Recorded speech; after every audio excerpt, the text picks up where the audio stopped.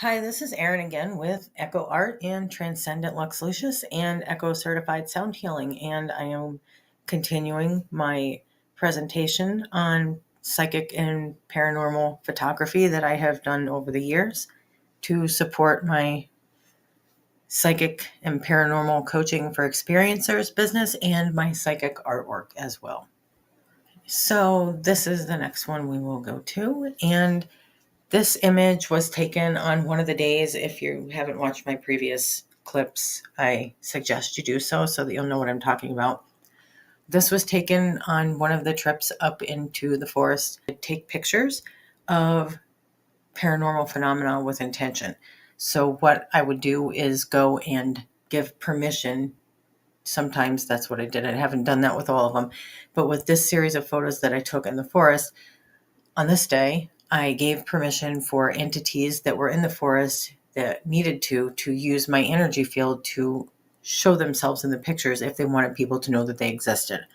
So I had the person that was with me taking pictures of me while I was doing different things so that if beings wanted to be known, they could use my energy like they use, other things to manifest into the 3D so that they could be seen in the photos.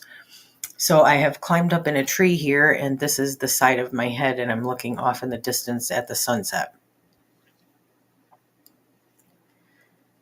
And this is a head of a being that came forth from up above, and it's looking down at my head. There's an eye, and there's an eye, and the nose is here, and the mouth is here, and it is literally, you can see there's a misty energy. Now, there are images I think are clearer. I'm going to guess that I've used this one for the projects that I've used it for recently, because when my computers got hacked, there were various times when my computers got hacked because certain people didn't like the things that I was doing. I lost files, but some of them, I saved them. I didn't lose all of them. I saved the majority of them, but I don't have access to all of them right this minute because they're not in places where I can access them. I do have them. I'm pretty sure I've still got the original of this. So anyway, there's a little bit less detail here than in the original from what I can see, but there is a mist here, and you can see that this entity is actually drawing life force energy from my auric field in order to make itself visible for this image.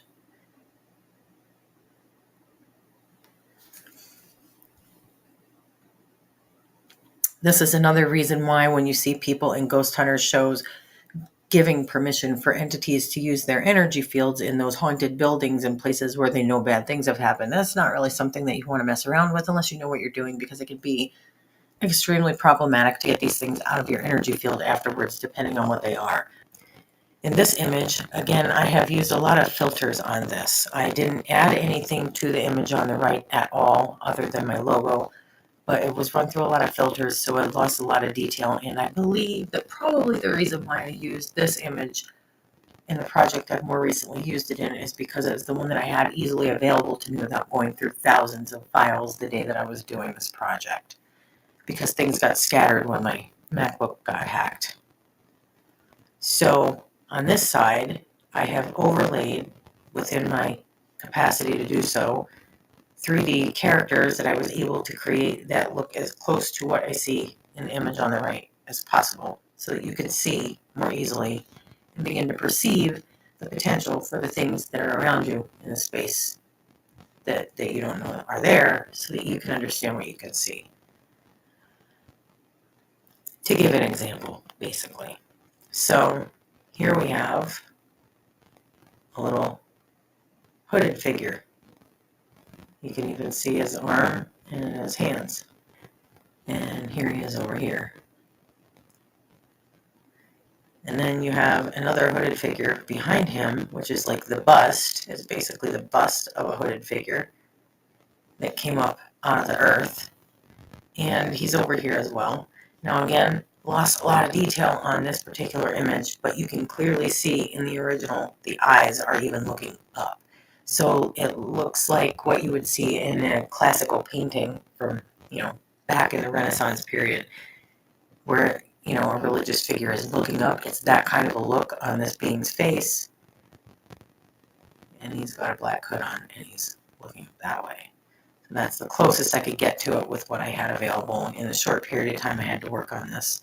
So here we have an alien, basically a classic alien. So I made him green, and the eyes.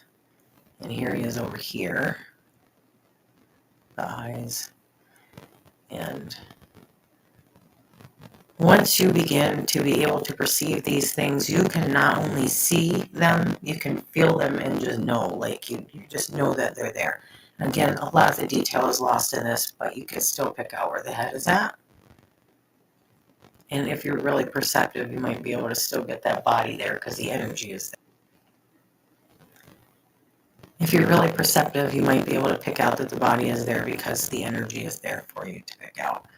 Over here, we have a dryad, a tree spirit coming out of the tree, coming forward from the tree, and there's his shoulder and his arm, and he has his hand up, and he's actually cupping the chin, which you can't see in either of these images. You may be able to know in your mind that it's there, but you can't see it visually because it's too distorted from the filters. In the original, you can see it. There's a being here with its head cupped in the dryad's hand. It's the spirit of a tree that was next to it that got cut down. And so it's sad. And so it came up out of logs. There's logs down here, and it came up out of them. And it had a very sorrowful looking face. And this one cupped its chin like it was comforting it. So when they cut down trees in the forest, they have a relationship. I mean, you know that now scientifically in a lot of ways, but this is something that well over a decade ago I got in a picture. And so you have it over here. You can see the head of the dryad leaning forward from the tree. And you can see the body there. And you can see the arm here. And the hand come up. And then this is where the other being, where the head is. And, that came out of a log that's down here. Because there's a little stack of logs. Not really a stack, it was just a little bunch of logs gathered. And so, there you have it.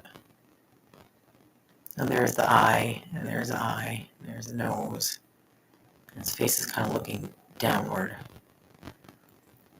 And then you have a dragon. So this dragon came in and swooshed straight up beside the tree. Like, has a motion to it. And here it is over here.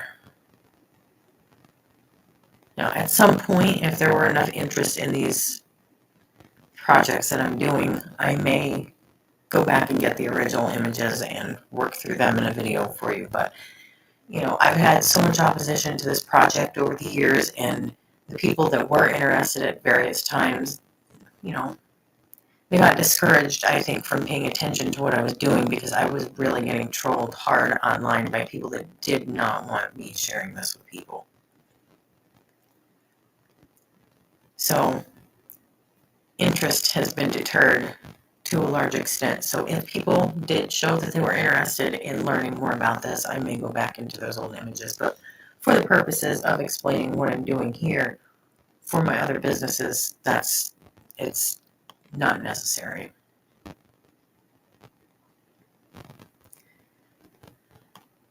This is a feline cat being and another being behind it.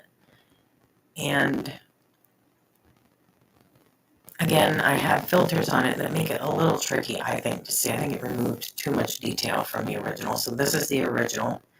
And here's the head, the ears, okay? And then, again, it's as close as I can get it to the original. The face is at a slightly different angle because of the capabilities I had with the software that I used for the 3D program, or for the 3D character. So here is the head, and it's slanted slightly more, tipped more forward, like the chin is more towards the chest, and kind of looking coyly, I guess I would say, at the camera.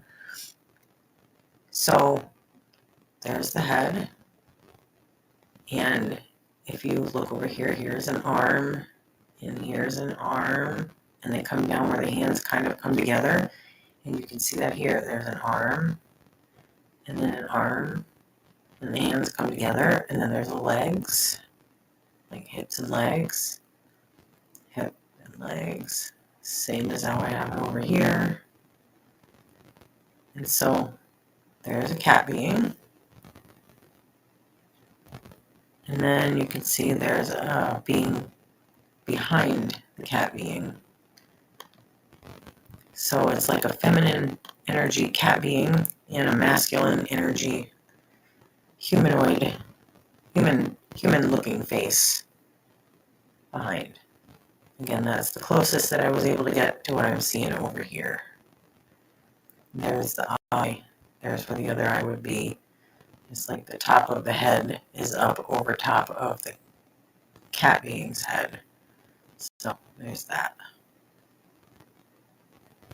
And again, this isn't something you just see. It's something that you're having a full experience with. You know they're there. Like you're feeling it, hearing it, seeing it, sensing it, tasting it, smelling it, whatever. You're not always tasting it and smelling it, but you're fully immersed in the energy fields of all of these things, which everyone is in these energy fields, but most people have their energy kind of pulled back and constricted because they're in a state of fear or trauma for various reasons. And I'm not making fun of that. I mean, I'm not shaming that. It happens.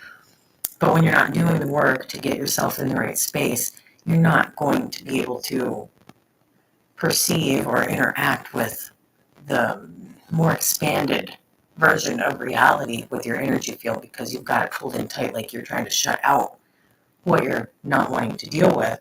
When you're shutting out what you're not wanting to deal with and you don't know what you're doing and you're not working with your energy and you're not conscious of it, then you're shutting out all of these other things as well that aren't bad.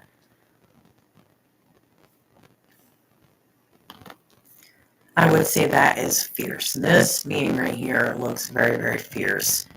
This one's a little bit, well, catty. You know, I love cats, but cats can be, kind of wild. And so that's that energy.